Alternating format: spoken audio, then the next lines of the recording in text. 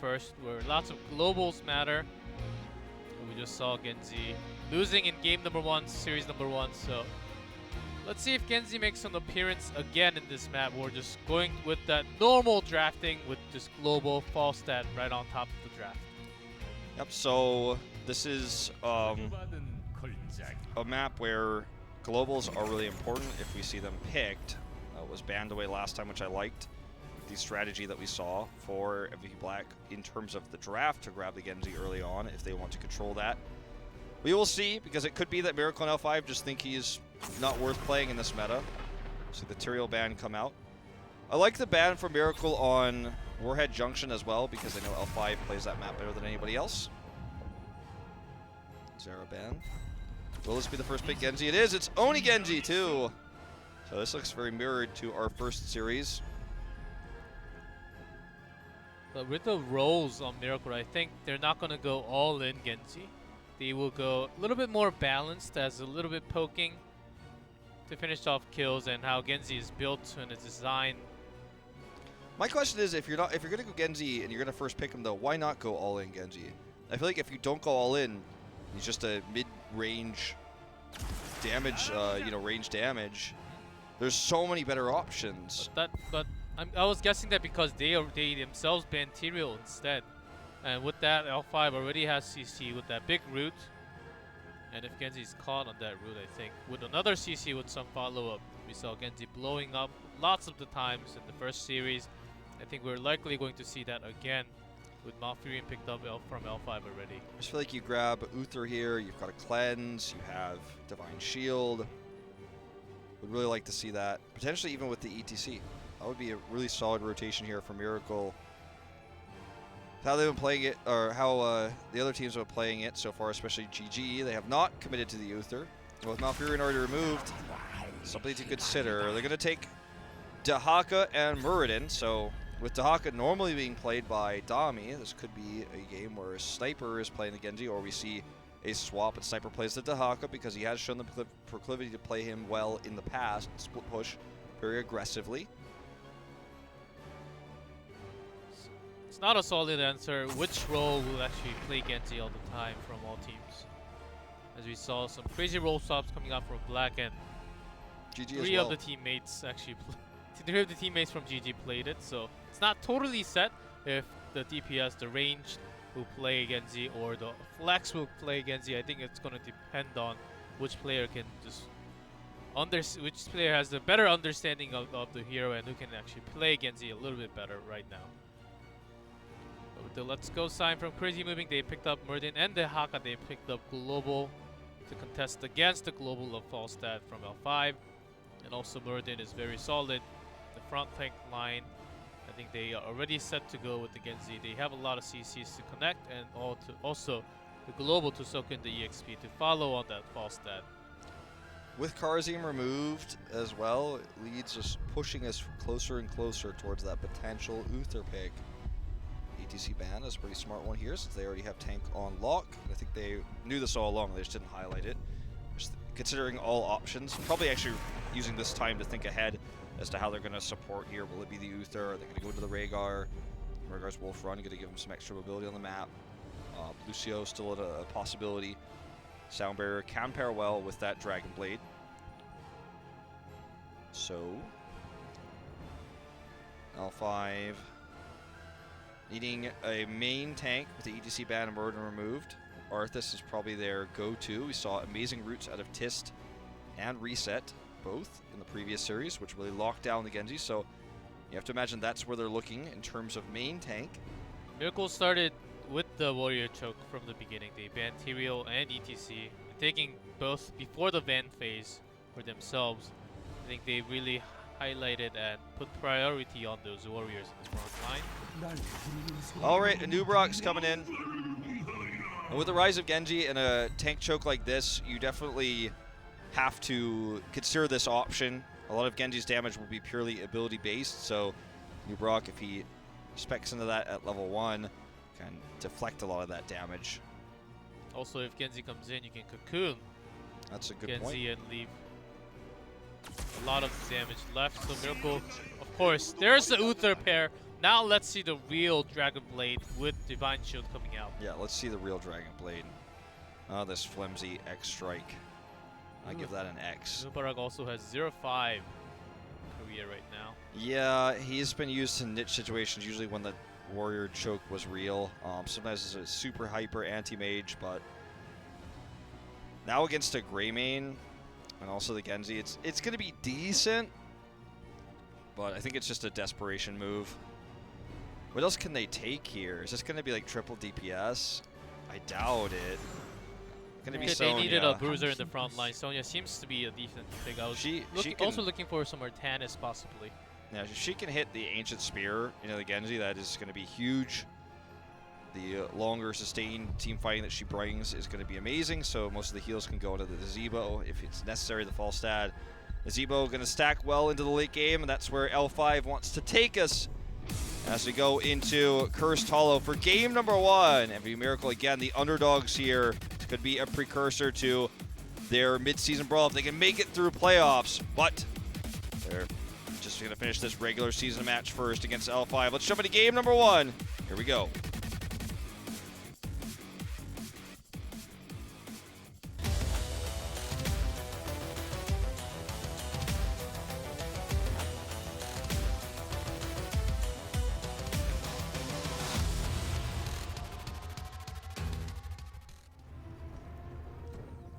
In blue, MVP Miracle on Kono, on Muradin, Dami on Genji, Sniper on Dahaka, is moving on Greymane, and Darvish on Uther. In red, L5 at CSC on Zebo, Nachojin on Falstad, Jeongha on Sonya, Nobles on Anub'arak, and Swoi on Malfurion.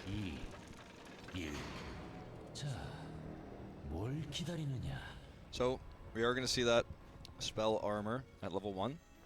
So whenever you get hit by something like this, it will persist for a few seconds, as you guys could see there. You could see it kind of, the little purple that goes around, and that's his spell armor. So when he gets hit by a spell like that, he's going to have some extra time to be a little bit tankier, reduce a lot of that spell damage. Can be very effective against the Genji Qs and also against the Dragon Blade when that comes out. Sensibility damage, obviously. Spiders already ticking up here on the Honkono. So that would make request immediately. And it's actually going to be Sonya top and Anub'arak bottom lane. So the warrior is actually going to swap lanes. Well, yeah, it's a lane swap here for sure. I think this is a pretty big win for L5, or sorry, for Miracle actually. Ooh. Painful here. Nice pick. Dash to escape there. L5 is pushing this decently hard, but I feel like they're kind of losing. Like the bot EXP is doing a lot for them, and in the top they're kind of losing it. If they're winning both, I would like it, is what I'm trying to say. Tripping over words there for a minute. I'm gonna see the Hawk actually sneak around, try to put some damage on the Zebo potentially, or just brush stock out. And looks like they are going to commit here. There's a root from Swoi, well placed. Yep. To soak up lots of the damage.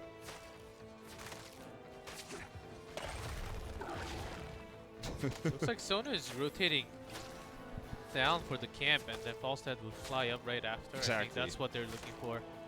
We're going to have Sonya probably back in the solo lane, which looks to be the bot lane for this game. As we have the battle of supports in the top lane. What a weird lane rotation this is, with Greymane also going to hit this camp timing. Sonya can solo, but with Falstad it's going to be a little bit quicker, as Greymane can solo for sure. It's going to be a little bit quicker camp for L5, as they have already started their camp a little bit quicker also. So it's going to be top neutral spawn. And immediately Nazebo is going up there. They're going to swap Sonya back down to the solo, as I mentioned. Deal with the Anub'arak, so it's going to be a 4v4. If Miracle wants to win this fight, sending up Dahaka, they definitely can, but they're going to lose a lot in bot because the Siege Giant push is on the opposite side of the map, and Sonya can push those towers real hard. Swoi actually overextends here a little bit, takes a lot of damage, has to use his root as well. It's not going to be available for the next engage. It's going to need a few more seconds for that to be off cooldown. Also, Malfurion taking root not rude. Moonfire from the beginning, I think it helped a lot when he was alone and clearing that wave clear by himself. Great juke by Anub'arak there. Interesting that we see hammer gains instead of static shield. This is going to be more sustained in lane, but in terms of Genji, who's been harassing the Falstad non-stop, he's attacking the Genji, he's getting the deflect damage back onto himself anyways, as we saw in that last fight, so a little bit perplexing we'd see that. Chooses it nonetheless.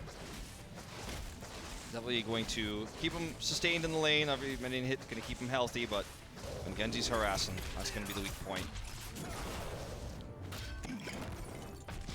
So this is just they're trading, they're taking turns trying to channel here.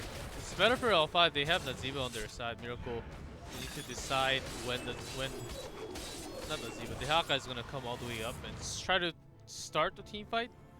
Falstad is also waiting for that exact moment to join the fight. Sprays. Okay, well, with the level 7 here, you can clean that wave a lot faster. See if Genji decides to harass, doesn't look like it. It's actually going to start slowly flying up. This is the longest tribute phase of all time. I'm kind of body blocked here. Ping's going down, but Swoy is protected. Gets the channel. Lots of damage from Nitrogen coming out. Jong gets caught by the Haka. Oh, nice spear though. At the end, it's a fair trade. Yeah.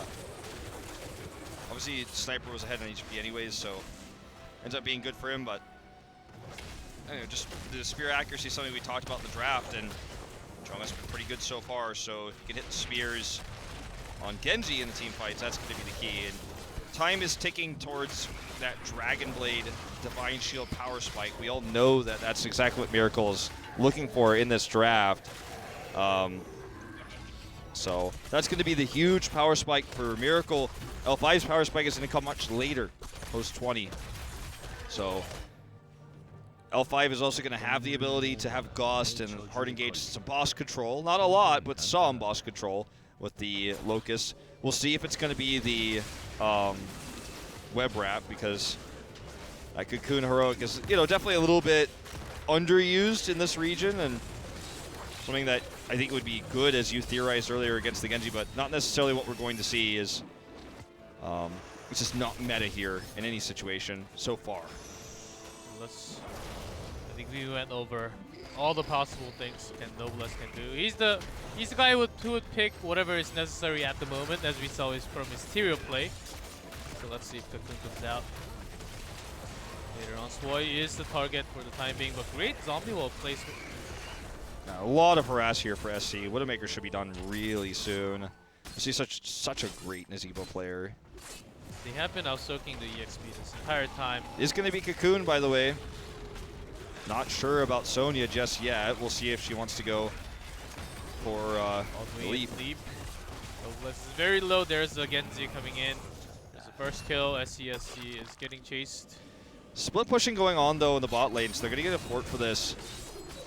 This is what I was talking about. If Dahaka decides to commit upwards, Jungha will quite literally just push the structures. So he does so much single target damage. Just like having an Illidan split pushing. It's just consistent damage. Doesn't really have mana. Fury could be recharged easily, even using a spear here. There's the fort, so they take a significant EXP lead, and it's not like Miracle is at... He locks in Leap immediately and gets out. Nicely done. But it's not like Miracle gets Curse Point off of this or anything either. They're just 1-1. Now 5 just wants the late game. So Leap used it, got her out, got her to the save there, but will it be useful in the fight? Well, with the Zebo, I kind of feel like, yeah. I think that's also a very good combo going in, and also again, Curse Bullet coming out from Miracle and Dragon Blade this time with Divine Shield. Let's see if it works in better, especially onto a target that has been Curse Bullet. It's just like Curse Bullet became meta overnight. The extra 5% seems like that was enough for both MVT teams to pick on that heroic instead. And also Poison Spear instead of follow on 7. Maybe she wants to go all the way in with the Mystical Spear later on too. She's going to be diving a lot too. Ooh, lots of damage going on to her right now. Monkono's in. Here's the Dragon Blade. Doesn't even need the Divine Shield just yet. He is doing some serious work. Doesn't get more than the one pick, however. But a lot of damage done in this fight. Nitrogen is isolated over here. Dami's on the chase. He has to gust. This is going to be a really nice exchange for MVP Miracle. Honkono will lose his avatar soon. Surprising lack of commitment here for MVP Miracle to go in for the re-engage. Noblesse is very low. Does go down. The Divine Shield actually used on the retreat there. Mistake by Darvish, actually. And L5 is still taking this fight. Sonya's coming back. They have delayed this long enough with all these spiders coming in. And now there's just so much sustain for Sonya L5. can just leap in. It's like she doesn't even need to leap in as Darvish is taken off from the fight. Spider doing tons of damage in that fight. The Dragon Blade started off really well. He got the first kill onto Sonya, and then he did a ton of damage in the fight, but it wasn't a problem that he didn't have protection. He didn't need it. It's just that L5 is so tanky, and Anub'arak was just eating the damage for free with that spell damage reduction. And then the spider damage, because SC was always positioned very, very well. And SC and SDE, the two Nazebo players to watch out for in this tournament. SDE just positioned so well that the spiders eventually stacked up. And even though it was a 5v4 for Miracle, it was kind of like a 2.5 v4 because of all the damage they had taken in the fight. They didn't have enough health to continue to engage. And no way to get any further kills because they took first bullet instead of taking go for the throat. So they didn't have that big finishing blow to get those kills. L5 just out-sustained them. Talk about Uther's burst heals with long cooldowns. That was another issue there. So the Dragon Blade Divine Shield combo is back up and ready. And they need to win this fight because this is going to be a curse for L5 if they don't stop it. The trend in L5. Saw the Widowmaker quest already finished, and the Zebo has been building that pretty easily. Getting that soak in the lane also. Let's see how much damage then Spider can do now against Miracle. Ooh, nice dodge on that Stormbolt by Jung-Ah. Spider's just doing so much damage right now. Once he hits 16, it's going to get crazy, and Nitrogen is split pushing right now in the mid lane. The fort's already down bot, so he's just trying to maximize the value here in mid. Here comes Dami, though. The Aka has been coming up this entire time. Nitrogen will maybe gust. Oh, actually gets cancelled. He's gonna be. Just barely gets out. That one minion in between Sniper and Nitrogen, I think that was limiting him from dragging. That was the MVP for sure. And minion OP. Sure, Honkono gets some spear damage also. Not sure can master again here, by the way. Going to be going into the dash instead at 4, as we talked about in the previous series. So definitely not going to have any big damage power spikes going up later.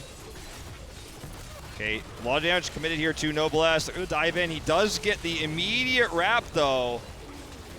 Dragon Blade's still available, but he dies before he can use it. Divine Shield not there for the save. Yep, not entirely sure why not, but Divine Shield was basically locked down from the cocoon. Garbage could not heal or Divine Shield any of his teammates. That was the right choice for Noblesse. A perfect choice, actually. Sniper's caught here. The curse is live. I guess he just died. The Genji died before he got out of the cocoon. Genji and Greymane got taken off before. So no more damage at that moment. L5 now hits 16. They're going to knock down this keep wall. What a great play from Noblesse there, choosing to cocoon Uther from not having the heals coming in or Divine Shield to save either Greymane or Genji. That's going to be a big problem for Miracle to take continuous team fights. Cocoon is actually already back. They're going to dive in here to try to kill this fort. They still have 20 seconds left on this. They get the kill on the Muradin immediately. Honkono is out of the fight. Mini waves coming up. They just have so much DPS here. And SD is going to look for the retreat path down near the south. They want a second keep. Here's the Divine Shield, but already Uther is locked out in the cocoon right afterwards. Doesn't give it to the Dragon Blade. Knows there's not going to be any additional support once it backs off. And they're going to go for the double keep. I think there's just no way that this could be stopped. So Miracle going to try to engage now that it's down. Still needs a Muradin. It's a 5v4 on below a talent level. L5 is still 18. Darvish is caught by the root. Takes a lot of damage, but just barely survives. Spider's doing tons of damage there. It's like they're just going to boss. This boss will be a core boss. The bot boss would hit a keep. So I think what L5 wants to do is reset mana pools, head for the boss, and just go 1-for-1 in boss. They can go defend easier because Miracle will be forced to deal with the boss a lot more quickly, commit more resources. I like Miracle just not saying, you know what, we're not going to go 1-for-1. We're 16, let's fight. 30 seconds though until that Divine Shield. That's actually a huge cooldown here. Rebrap is available. There's the Gust. Nitrogen with this secure boss. Now we'll get the pick onto Dahaka as well. Sniper's already gone. Genji doesn't really get anything out of that Dragon Blade. Didn't have the Divine Shield for protection. Greymane comes back out of the cocoon, but will find himself in the death zone. There's the kill on the rest of the team. Onkono's the last one, gets poison damage, and team wipe goes to Looks like that's going to be game 2. The boss is pushing down onto the core, and they are just going to go right with it. Long death timers on Uther and Muradin. So, Genji ripped the dream 0-5 in this tournament now. So there are just so many counters as we saw, even Anub'arak coming in as MVP Miracle was the one actually choked down the warrior for L5. Anub'arak was the right choice, and first game goes to L5. It was like, yeah, well, get in the cocoon. So that's Anub'arak's first win in HGC Korea, now 1-5.